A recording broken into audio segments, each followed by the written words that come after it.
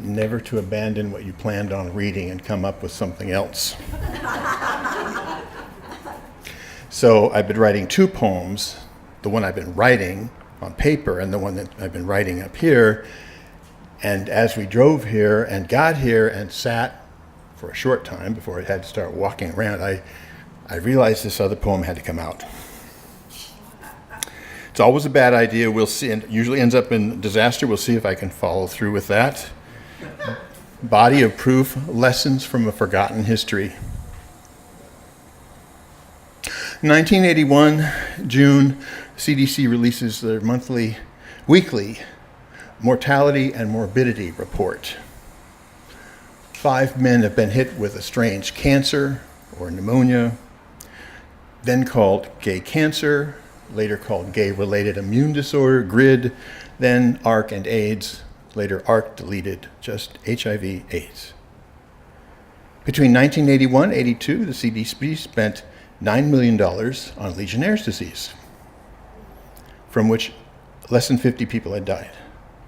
They spent $1 million on AIDS.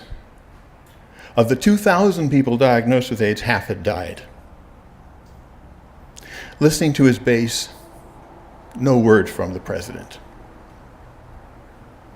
The advisor's advice was to use a wildfire approach. No treatment, let it burn itself out in those little communities.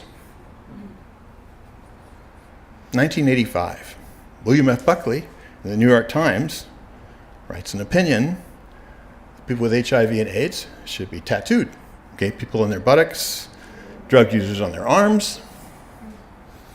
No word from the White House.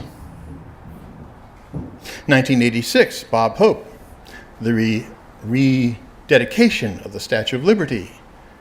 Bob Hope makes a joke about Statue of Liberty he hears has AIDS.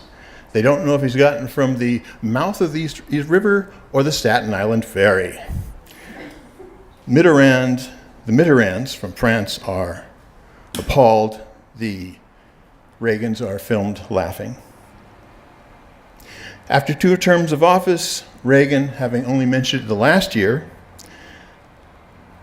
after 80,000 people had been diagnosed with AIDS, about half died.